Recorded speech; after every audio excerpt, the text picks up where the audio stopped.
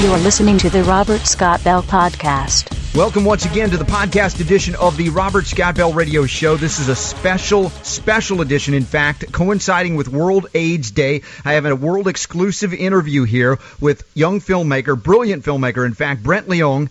House of Numbers is the new film, the documentary film making waves at festivals around the world, winning awards. House of Numbers. You think this is a movie review? This is much more than that, because this relates to the whole causation hypothesis of whether HIV causes AIDS. Even though the filmmaker, Brent, who I'm about to bring on, doesn't make a statement one way or another, he just says, let the film, let it show.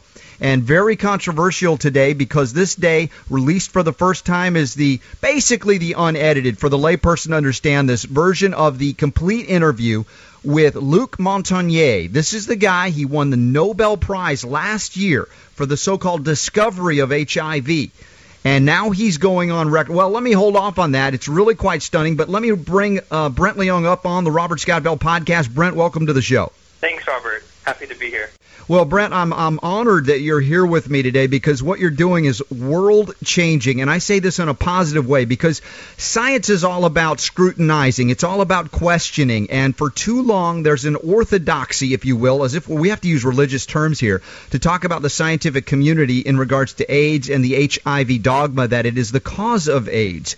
And your film went in to interview those that are considered denialists, that, in other words, they question whether HIV causes AIDS, and you also interviewed those of the mainstream orthodoxy in science who say the science is done, it's over with, there's nobody that can question that HIV is the cause of AIDS. And you interviewed both of those camps, is that correct? Yeah, I don't like to break them down into camps. I just like to think of them as scientists, clinicians, journalists, people across the board. But yes, I did interview a broad spectrum of individuals. Well, I guess the point in putting this out there is that you went into this thing not as having an agenda. I'm not here to prove it one way or the other. I just want to ask questions of those in the scientific community. Yeah, that was the original intent. When I started doing research, I realized just how little I knew about HIV and AIDS. The fact that I didn't even know the difference between the two really just floored me. And it was just astonishing, because I grew up in the era of HIV. So it really was, I was aware of the so-called controversy, but it was really more about just trying to educate myself and educating others about the epidemic. So I started doing quite a bit of research, and I was lucky enough to speak to what we would consider the world's most foremost authorities on this subject matter. And in doing the interviews, information was conveyed to me that took me off guard, and that's really what we ended up putting in the film, because I think it's truly important information that the public isn't aware of. It certainly has the ability to be life-changing, so that's why it's in the film. Well, I believe so. There have been a lot of controversies I've covered on the Robert Scott Bell Show since as long as I've been in radio on this matter. I've interviewed many of those that are so-called dissidents in this regard, because my perspective is indeed that we need to be looking at nutrition, not drugs, sanitation, hygiene, good quality, basic principles of bringing vitamins, minerals, trace minerals into the lives of the people that are deficient, whether they're in Africa, whether they be here in America or elsewhere. And some of the stunning in fact, maybe the most stunning revelation is occurring in your interview of Professor Luc Montagnier, who, again, as I mentioned, was given the Nobel Prize last year for discovering HIV and this whole idea that a retrovirus is the cause of this immune deficiency syndrome. Montagnier and I were talking about something called oxidative stress, and I was asking him if that was one of the best ways we could treat Africa, or you could say any population that's economically challenged. And as he started answering, he said to me, I believe that we can actually clear HIV if we have a healthy immune system, which took me completely off guard. I think I looked at my camera guy, and his face was like pale white. He couldn't believe what he just heard. This was just very mind-blowing information. I let Dr. Montagnier continue speaking, and then I said to him, so are you saying if you have a healthy immune system, you can naturally get rid of HIV? And he said, yes. We talked a little bit further, and then I asked him again, I said, if you take somebody from Africa and you build up their immune system, is it possible for them to also get rid of the virus? And he says, I would think so. This was truly shocking to me, because one of the things we talked about in the interview was how there is more of a push for antiretroviral therapy in Africa and third world countries, AIDS drugs. And there's also a huge push for the vaccine. And in a very interesting fashion, Montagnier sort of spoke out against that. He's more concerned with nutrition, sanitation, dealing with diseases that are plaguing those specific countries. It was very, very interesting information. And I do want to just add a caveat. The interview between Montagnier and I was somewhere around 2.5 to 3 hours. So the clip that we're releasing today isn't the entire interview, but it's an excerpt from my interview with him.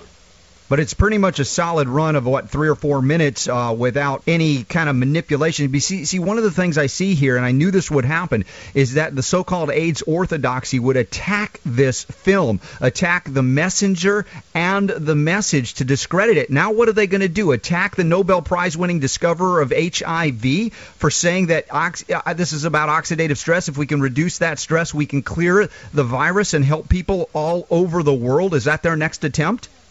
I don't think anybody should be attacking anybody else. I do think that Montagnier's comments are revelatory, and I think that it's truly important information that we should be discussing. So what was your reaction, Brent, when Luc Montagnier actually made the statement that even in Africa, working on these antioxidant-type therapies to reduce the oxidative stress could help those individuals down on that continent clear the HIV or overcome AIDS? Well, when we were talking about that, we were talking about oxidative stress, and I was asking him if he felt like treating oxidative stress was the best way to deal with HIV. And as he began to answer, he went on to say, "I believe that if you have a healthy immune system, that you can clear HIV." And I remember just thinking to myself how baffled I was that he was saying this. It was so surprising. I looked at the camera guy across from me, and he had a look of utter surprise on his face, too. This was information that I had never heard. I'd never come across it in any scientific journals that I'd read. No other scientist had ever conveyed this information to me. So as we were talking, Professor Montagnier continued with his answer. But then I came back to it, and I asked him again. I said, if you have a healthy immune system, is it possible to get rid of HIV naturally? He said, yes. And then he went on to talk about how it's truly important, that we look at antioxidants, treating oxidative stress, treating the physical diseases that plague the African continent, that are endemic to the African continent, dealing with situations like poor sanitation, lack of clean water.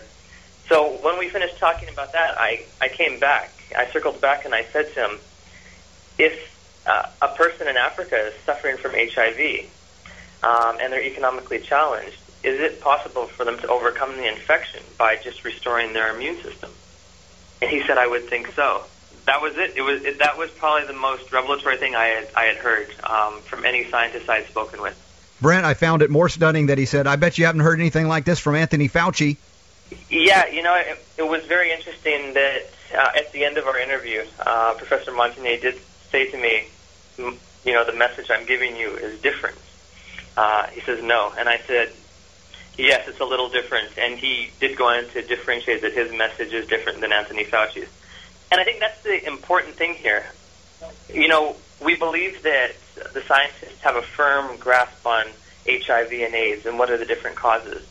But the truth is, at least from my experience with interviewing these people, that they have different opinions, they have different ideas, and the real purpose of the film is just to explore those ideas and those opinions, hoping that we can improve the quality of life of people that are suffering with HIV, and that we can lay to rest some of the controversies that plague HIV and AIDS and have plagued it for the past 25 to 30 years.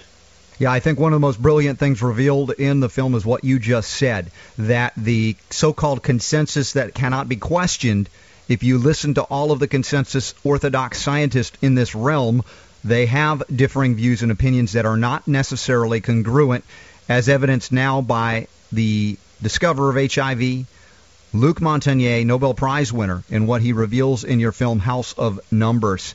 In the UK a few weeks ago, The Guardian talked about how we've put too much money into HIV over the past 20 years. We have to question, have we done more harm than good instead of treating basic sanitation, clean water, and diseases that plague those people?